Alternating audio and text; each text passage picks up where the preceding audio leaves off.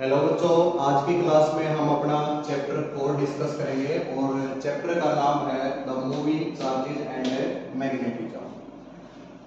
जैसा कि हम 3 चैप्टर डिस्कस कर चुके हैं और लास्ट टॉपिक हमारा व्हीटस्टोन ब्रिज था, तो उम्मीद है कि वो टॉपिक सभी को समझ में आया है। और आज हम चैप्टर 4 की तरफ चल रहे हैं और चैप्टर 4 में मेनली हम एक टॉपिक को डिस्कस करेंगे, बायोट-सावर्ट्स लॉ क्या है। चैप्टर जैसा कि आपको नाम से ही पता लग रहा है, मैग्नेटिज्म। और मैग्नेटिज्म के बारे में आपने लास्ट 10th क्लास में एक चैप्टर डिस्कस किया है, magnetic effect of electric current. तो उस कंसेप्ट को हम थोड़ा सा यूज करेंगे और उसके बाद हम बायोट-सावर्ट्स लॉ को डिस्कस करेंगे। तो जैसा कि आप सभी जानते हैं, 10th क्लास में आपने पढ़ा है magnetic effect of electric current means electric current produce the magnetic field. और ये बात जिसने बताई उस साइंटिस्ट का नाम आपका क्या था? Oersted experiment. आपने ओरेस्टेड एक्सपेरिमेंट 10th क्लास में पढ़ा होगा, जिसमें कहा गया था कि एक करंट कैरिंग जो वायर है, एक करंट कैरिंग जो वायर है वो आपका मैग्नेटिक फील्ड प्रोड्यूस करती है। वैसे तो मैग्नेटिक फील्ड मैग्नेट से प्रोड्यूस होता है, हम तो यही समझते हैं, वो हमारा है मैग्नेटिज्म, जो चैप्टर 5 रहेगा। लेकिन यहाँ पे इस चैप्टर में हम डिस्कस करेंगे कि एक करंट कैरिंग वायर होगी और उसके आसपास अगर हम कोई भी कंपास लेके आएंगे तो कंपास डिफ्लेक्ट हो जाता है। इट मींस कंपास को डिफ्लेक्ट मैग्नेटिक फील्ड से ही हो सकता है। तो कंपास डिफ्लेक्ट हुआ यानी कि वहां पर मैग्नेटिक फील्ड है। तो मैग्नेटिक फील्ड प्रोड्यूस किसने किया? तो करंट कैरिंग वायर ने प्रोड्यूस किया। तो सबसे पहले तो एक कंसेप्ट आपको डायरेक्ट ही याद रखना है कि ओरेस्टेड एक्सपेरिमेंट के according the current carrying wire the produce the magnetic field. और इस पूरे चैप्टर में हमारे पास करंट कैरिंग वायर होगी और उससे हम मैग्नेटिक फील्ड कैलकुलेट करेंगे। जैसे फर्स्ट चैप्टर में आपने पढ़ा चार्ज रेस्ट के ऊपर है तो इलेक्ट्रिक फील्ड प्रोड्यूस किया। सेकेंड चैप्टर, थर्ड चैप्टर में आपने देखा कि चार्ज मूव भी हो सकता है जिससे इलेक्ट्रिक करंट प्रोड्यूस हुआ। अब इलेक्ट्रिक करंट क्या प्रोड्यूस करेगा? वो आपका रहेगा मैग्नेटिक फील्ड। तो इसको बताने के लिए जो सबसे पहले साइंटिस्ट आते हैं मैग्नेटिक फील्ड के लिए, ओरेस्टेड के बाद बायोट-सावर्ट्स लॉ, ये क्या कहता है? इस लॉ के अकॉर्डिंग आप एक स्मॉल करंट एलिमेंट की वजह से मैग्नेटिक फील्ड निकालते हैं। तो देख लेते हैं बायोट-सावर्ट्स लॉ क्या बताता है। बायोट-सावर्ट्स लॉ एक एक्सपेरिमेंटल लॉ है। क्या है? एक एक्सपेरिमेंटल लॉ है। एक्सपेरिमेंट के अकॉर्डिंग बताई गई है चीज इसके अंदर। Biot-Savart's law is an experimental law which is used to calculate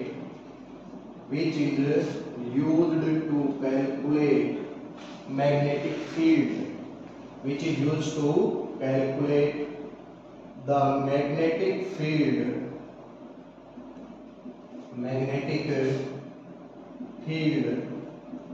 due to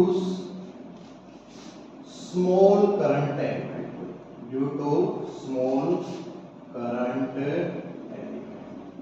small current element की वजह से मैग्नेटिक फील्ड अगर आपको कैलकुलेट करना है तो बायोट-सावर्ट्स लॉ का यूज करना पड़ेगा। कंप्लीट वायर की वजह से ये नहीं बताता है, ये वायर का एक छोटे से पोर्शन की वजह से मैग्नेटिक फील्ड हमें कैलकुलेट करके देता है। क्लियर अभी सबको डेफिनेशन? एक एक्सपेरिमेंटल लॉ है which is used to calculate the magnetic field due to small current element। Small current element अभी डिस्कस करते हैं क्या होता है। एक बार हम वीडियो देख लेते हैं कि प्रॉपर है या नहीं। बिल्कुल प्रॉपर है भाई, ठीक है। तो इसके अकॉर्डिंग हमें क्या करना है कि एक वायर लेनी है। नॉर्मली हम एक वायर मान लेते हैं कि हमारे पास जैसे एक वायर है, शेप कुछ भी हो सकती है, स्ट्रेट भी हो सकती है, सर्कुलर भी हो सकती है, सोलेनोइड टाइप भी हो सकती है, कैसी भी शेप हो सकती है। तो हमने कोई भी एक रैंडम शेप हमने बनाई है। ये वायर है। इस वायर के अंदर मान लेते हैं आई करंट फ्लो होता है। कितना करंट है भाई? आई। तो ओरेस्टेड एक्सपेरिमेंट के अकॉर्डिंग अगर इसके आसपास कंपास लेके जाते हैं तो कंपास डिफ्लेक्ट हो जाता है। कितना डिफ्लेक्ट होगा, जितना ज्यादा मैग्नेटिक फील्ड होगा उतना ही ज्यादा इसके अंदर डिफ्लेक्शन आएगा। चलिए भाई, वो तो कंपास ने बता दिया। हम कोई भी पॉइंट P ले लेते हैं। कोई भी पॉइंट हमने यहाँ पे P लिया, जैसे ये पॉइंट P है। इस P पॉइंट के ऊपर आपको मैग्नेटिक फील्ड निकालना है और इस वायर का हम एक छोटा सा पोर्शन, ये इतना पोर्शन मान लेते हैं। इस पोर्शन की जो लेंथ है वो dl है। कितनी है? dl। और इस dl के अंदर जो करंट है वो कितना फ्लो हो रहा है? I। तो IDL को हम क्या बोल सकते हैं? स्मॉल करंट है, क्योंकि इसके अंदर करंट फ्लो हो रहा है और इसकी कुछ लेंथ है। तो इस स्मॉल करंट एलिमेंट में करंट I है और इसकी लेंथ dl है, तो इसको हम स्मॉल करंट एलिमेंट बोल सकते हैं। इस पोर्शन की वजह से P पॉइंट के ऊपर आपको मैग्नेटिक फील्ड बताना है। तो मान लेते हैं कि ये डिस्टेंस हमारी r है, ठीक है। r डिस्टेंस के ऊपर P पॉइंट के ऊपर मैग्नेटिक फील्ड हमें कैलकुलेट करना है और एलिमेंट क्या है? IDL। तो आप जैसा कि पहले ही कहा कि एक एक्सपेरिमेंटल लॉ है, तो एक्सपेरिमेंट के अकॉर्डिंग बताया गया है। तो एक्सपेरिमेंट के अकॉर्डिंग फाइंड किया गया कि P पॉइंट पे जो मैग्नेटिक फील्ड होगा, जिसे हम dB मान लेते हैं। क्या मान लेते हैं? dB। dB क्यों मान रहे हैं? क्योंकि हम एक स्मॉल करंट एलिमेंट की वजह से निकाल रहे हैं, ठीक है। तो experimentally it was found that the magnetic field dB, magnetic field dB यानी small magnetic field is directly proportional to I। Wire में जितना ज्यादा करंट आपने फ्लो करवाया उतना ही ज्यादा ये मैग्नेटिक फील्ड प्रोड्यूस करेगा। ये एक्सपेरिमेंटली देखा गया है। सेकंड, वायर की जितनी ज्यादा लेंथ होगी उतना ही ज्यादा मैग्नेटिक फील्ड प्रोड्यूस होगा। थर्ड, आपका जिस पॉइंट पे आप मैग्नेटिक फील्ड निकालना चाहते हैं, यानी ये डिस्टेंस और ये करंट एलिमेंट, इसके बीच में एंगल कितना है? और एंगल आपको मापना कैसे है? पहले आप करंट एलिमेंट लेंगे और फिर हम r की तरफ घूम जाएंगे। तो ये जो एंगल है, इस एंगल को हमने बोल दिया थीटा। कितना एंगल बोल दिया? थीटा एंगल बोल दिया। तो ये एंगल थीटा, तो थीटा के ऊपर भी डिपेंड करता है। और थीटा में जो ट्रिग्नोमेट्रिक फंक्शन होता है, एक साइन थीटा होता है, पता ही आप सभी को, क्योंकि अभी तो इनवर्स ट्रिग्नोमेट्री भी पढ़ रहे हैं आप, ठीक है। तो साइन थीटा के ये डायरेक्टली प्रोपोर्शनल होता है। और सबसे लास्ट, जितनी ज्यादा दूरी के ऊपर जाएंगे, हमें लगता है मैग्नेटिक फील्ड कम होगा, यानी कि इनवर्सली प्रोपोर्शनल, जैसे कूलॉम्स लॉ में होता था एज इट इज 1/r²। ये चीजें एक्सपेरिमेंटली देखी गई हैं कि स्मॉल करंट एलिमेंट की वजह से जो मैग्नेटिक फील्ड है वो आपका I पे डिपेंड करेगा, dl के डायरेक्टली प्रोपोर्शनल sin थीटा और 1/r² के। अब अगर सभी टर्म को कंबाइन कर दें तो हमें लगता है कि dB is directly proportional to I dl sin theta और डिवाइड बाई r²।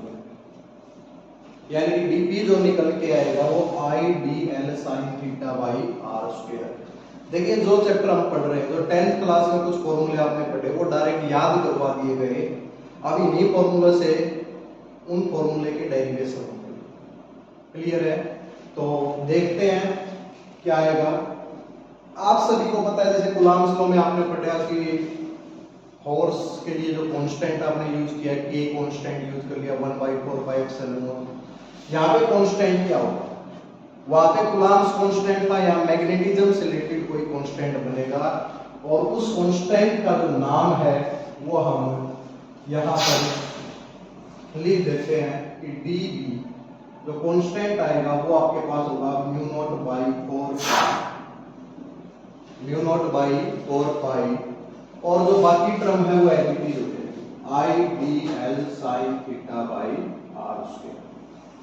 यानी कि आपका ये जो है, जो फॉर्मूला बना है, ये आपके पास बायोट-सावर्ट्स लॉ का फॉर्मूला बना है। भाई क्लियर है सबको? ये फॉर्मूला दिखाई दे रहा होगा आप सभी को। तो लास्ट फॉर्मूला हमारे पास ये बना, इसी के अकॉर्डिंग हम मैग्नेटिक फील्ड को कैलकुलेट करेंगे।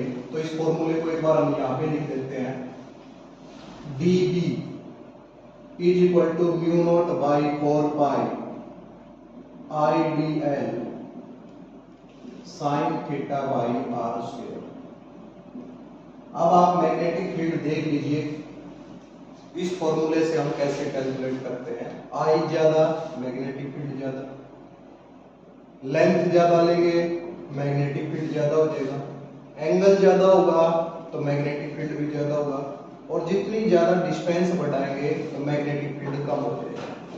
ये तो एक्सपेरिमेंटली एक कांस्टेंट हमने यहाँ पे दिया है म्यू नॉट बाई 4 पाई। ये सेम है जैसे कूलम्ब्स लॉ में 1 बाई 4 पाई एप्सिलॉन दिया गया था, एज इट इज कांस्टेंट है। 1 बाई 4 पाई एप्सिलॉन चार्ज के अंदर होता है, और म्यू नॉट बाई 4 पाई ये मैग्नेटिज्म के अंदर एक कांस्टेंट है। तो म्यू नॉट क्या है यहाँ पे, ये कांस्टेंट K है जिसकी वैल्यू म्यू नॉट बाई 4 पाई।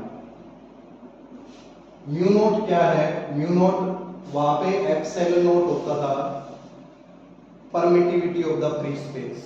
यहां पर क्या होगा, permeability of the free space. Permeability वहां पे कितनी इलेक्ट्रिक फील्ड लाइंस किसी रीजन के थ्रू पास हो सकती हैं उसको डिसाइड करता है एप्सिलॉन नॉट। और यहाँ पे म्यू नॉट क्या डिसाइड करता है कि मैग्नेटिक फील्ड के लिए जो लाइंस बनती हैं वो होती है मैग्नेटिक फील्ड लाइंस। तो इस प्रॉपर रीजन के अंदर, इस एयर के अंदर कितनी मैग्नेटिक फील्ड लाइन, देखो मैग्नेटिक फील्ड होगा तो मैग्नेटिक फील्ड लाइंस होंगी।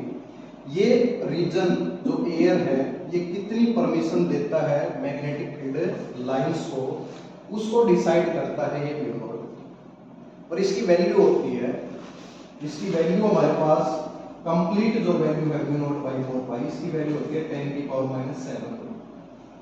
तो इसकी वैल्यू कितनी आ जाएगी, म्यू नॉट की वैल्यू कितनी आ जाएगी 4 पाई इनटू में 10 की पावर माइनस 7।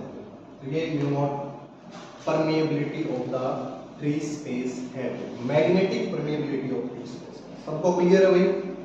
मेन ये होना चाहिए एप्सिलॉन नॉट और म्यू नॉट के बीच में डिफरेंस क्या है। ये चार्ज के अंदर था, ये करंट के अंदर है मैग्नेटिक, ये मैग्नेटिज्म के लिए कांस्टेंट है, ये चार्ज के लिए कांस्टेंट है। तो कंप्लीट फॉर्मूला हमारा क्या बनेगा, इससे वैल्यू म्यू नॉट बाई 4 पाई की वैल्यू होती है 10 की पावर माइनस 7, जैसे वहां 1 बाई 4 पाई एप्सिलॉन नॉट की वैल्यू होती थी 9 इंटू 10 की पावर 9। तो ये कंप्लीट हमारा फॉर्मूला आ गया।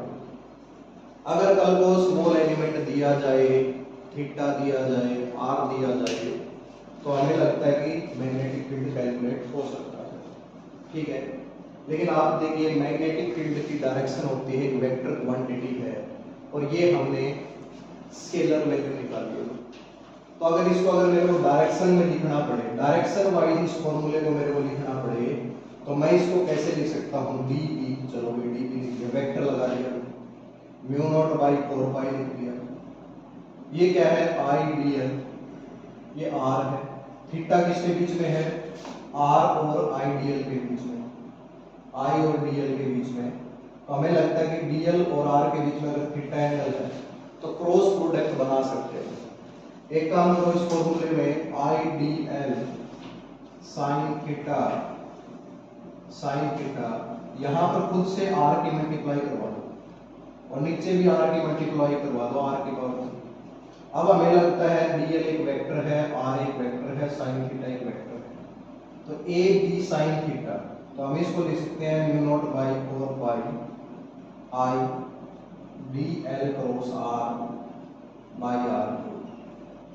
तो जब आपके पास DL की वैल्यू वेक्टर फॉर्म में दे रखी हो, R की वैल्यू वेक्टर फॉर्म में है, तो dB की वैल्यू कैलकुलेट हो सकती है। इसको हम डायरेक्शन वाइज यूज करते हैं, मेनली फॉर्मूला हमारे पास ये यूज होता है।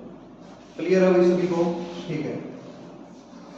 अब इसके ऊपर लास्ट कंसेप्ट बता देते हैं कि मैग्नेटिक फील्ड थीटा का रोल क्या है, मेन थीटा का रोल क्या है यहाँ पे, वो डिस्कस कर लेते हैं। उसके बाद टॉपिक हमारा कंप्लीट हो जाएगा, न्यूमेरिकल पोर्शन है जो कल की क्लास में हम डिस्कस करेंगे। चलिए इस फॉर्मूले को लिख लेते हैं बस, ये डायग्राम भी दोबारा बना देते हैं।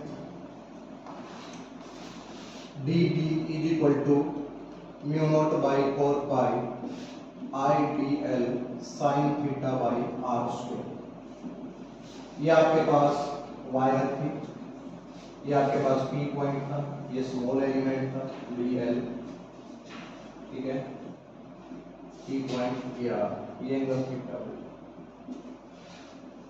अगर आपके पास अगर ये थीटा 0 डिग्री होते, थीटा 0 कब हो सकता है, थीटा 0 कहाँ होता है, अगर ये P पॉइंट इसी वायर पे आ जाए, इस पॉइंट के यहाँ पे यहाँ पे यहाँ पे यहाँ पे, यानी कि अगर हम वायर के ऊपर मैग्नेटिक फील्ड कैलकुलेट करें, जो वायर दे रखी है उसी पे मैग्नेटिक फील्ड निकालना है, या फिर वायर ऐसे दे रखी है स्ट्रेट वायर है और यहाँ पे निकालना है, तो आप ये बताइए सब केस के लिए अगर यहाँ पे अगर मैं बात करूँ तो ये एंगल बन रहा है 0 डिग्री, और इस पॉइंट के लिए बात करूँ तो ये घूम के 180 डिग्री।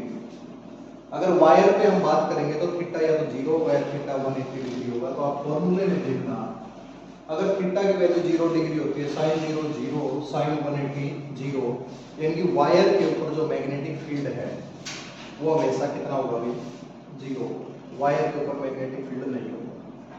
और सबसे मैक्सिमम मैग्नेटिक फील्ड कब होगा, जब साइन थीटा की वैल्यू 1 हो, क्योंकि साइन की मैक्सिमम वैल्यू 1, मिनिमम वैल्यू -1, तो थीटा की वैल्यू 90 डिग्री हो गई, तो साइन 90 कितना हो जाएगा 1, और ये वैल्यू बच जाएगी यानी कि मैक्सिमम वैल्यू।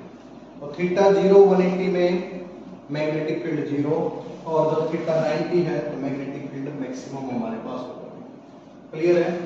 तो आज की क्लास में केवल इंट्रोडक्शन था कि बायो-सावर्ट्स लॉ का। कल की क्लास में हम मैग्नेटिक फील्ड की डायरेक्शन को लेके 2-4 न्यूमेरिकल ट्राई करेंगे, और इससे रिलेटेड जो भी क्वेश्चन बनेंगे कंसेप्चुअल क्वेश्चन वो डिस्कस करेंगे।